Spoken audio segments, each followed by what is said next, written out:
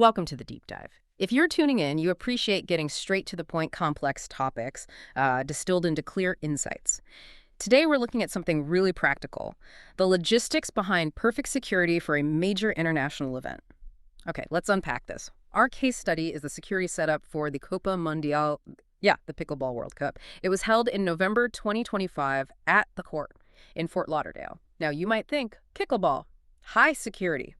But this was big. Thousands of athletes, spectators from all over the world. Our mission: figure out the specific steps that led to a reported zero-incident success. And that zero-incident outcome, that's really the headline here. It's the gold standard in this field. It doesn't just mean nothing bad happened. It suggests risks were, actively prevented. The sources tell us the provider, Warrior Security Fort Lauderdale WSFL, their task was broad: safety for participants, VIPs, and the general public. Everyone. Everyone. That's a big re-get. It is.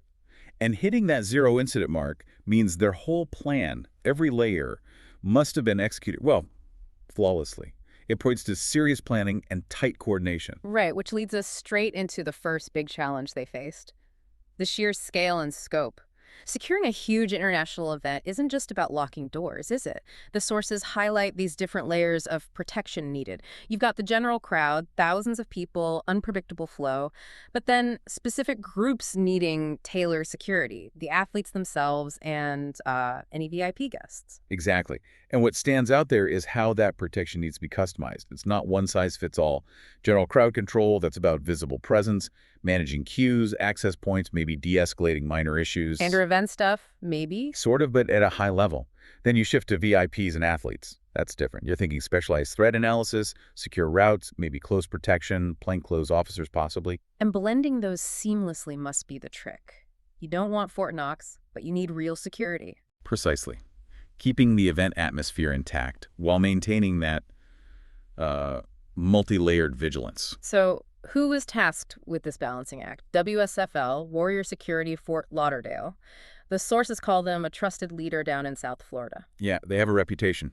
And their core mission statement, it sort of guides their approach. It's simple, apparently: to protect people, property, and peace of mind. People, property, peace of mind. Okay. What's fascinating here is seeing how that mission, which sounds a bit high level, translates into concrete actions on the ground.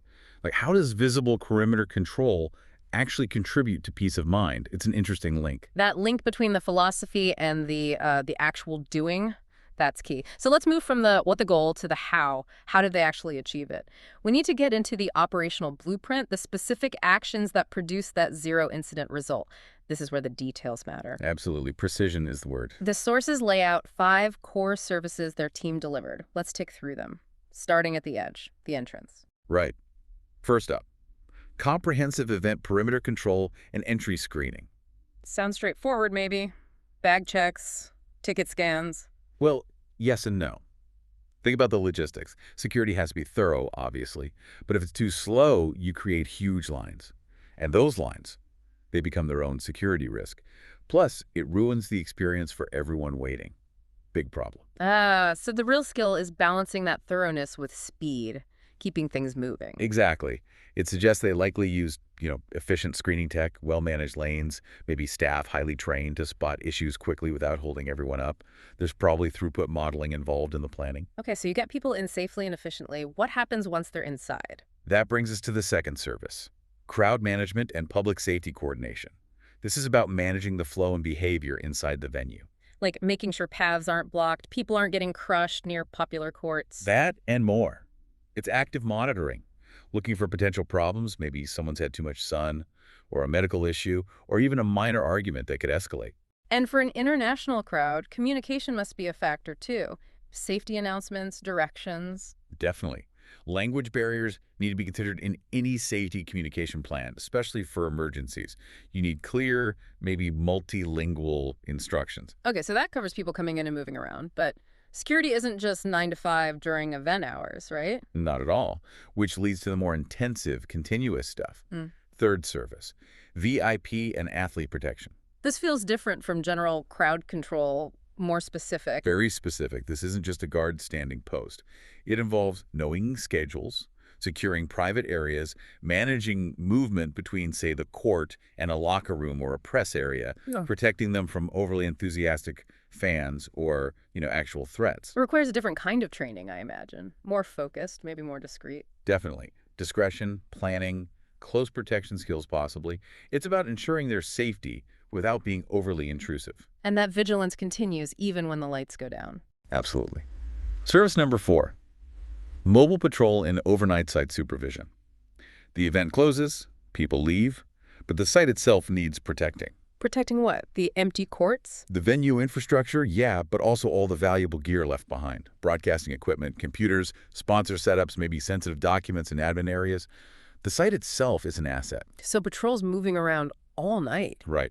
Mobile patrols, likely with planned but varied routes to avoid predictability. They're checking fences, doors, equipment storage. It's about ensuring the site's integrity, logging anything unusual so it's secure when everyone returns the next day. Hardening the target, basically. Okay, 4 down. Perimeter, crowd, VIPs, overnight.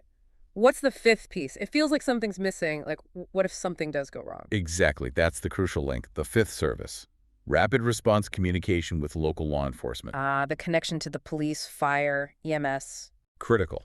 Because private security, no matter how good, has limitations. They don't have the same authority or resources as public emergency services.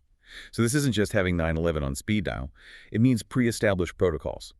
Knowing who calls who, how information is shared, maybe where emergency vehicles should rendezvous. A unified command plan. So it's about a seamless handover in a crisis. Precisely. That smooth coordination is what ensures a fast, effective response when seconds matter. It stops the situation potentially spiraling. Okay, so that's the blueprint. Entry control, inside flow, VIP specifics, overnight watch, and that vital emergency link. Put them all together. And execute flawlessly, and you get that zero incident result. It's the sum of those meticulously managed parts. Here's where it gets really interesting. Pulling this off at a major international event like the Pickleball World Cup, it's not just a one-time success. It has ripple effects. It massively boosts WSFL's reputation, doesn't it? Acts as a sort of flagship project. Definitely. If we connect this to the bigger picture, this event becomes a powerful case study for them. The sources actually say WSFL brings the same professionalism, precision, and vigilance to all their jobs. Whether it's a global tournament or, say, a corporate office. Exactly. That's the message. Yeah. Successfully managing this kind of complexity, international visitors, VIPs, live broadcast, large crowds, it proves their systems work under pressure. It demonstrates their capabilities are scalable and reliable, I suppose. That must resonate across different potential clients. Absolutely. It builds trust. If they can handle the World Cup flawlessly, a potential client thinks, they can certainly handle our office building or our community event. It translates directly into market credibility. So it solidifies their standing in the region. Yeah, the sources explicitly mention this, cements them as the go-to security company across a pretty wide area of South Florida. They list Fort Lauderdale, obviously, but also Miami, Boca Raton, Palm Beach. Those are diverse markets. Big cities, wealthy communities, corporate centers. Right. And demonstrating success at this level suggests they have the methodology to handle the varied security needs across that entire region, from high-end retail to, well, pickleball tournaments. That consistency is key to being seen as a leader. Okay, let's wrap this up. What's the big takeaway for you listening in? We've looked at the Copa Mundial de Pickleball not for the sport, but for the security. Achieving 0 incidents wasn't luck. It demanded a really detailed, multi-layered plan. We broke down those layers. Efficient entry screening, smart crowd management inside, specialized protection for key people, constant overnight vigilance, and that absolutely critical link to local law enforcement. And circling back to that core mission, WSFL states, to protect people, property, and peace of mind.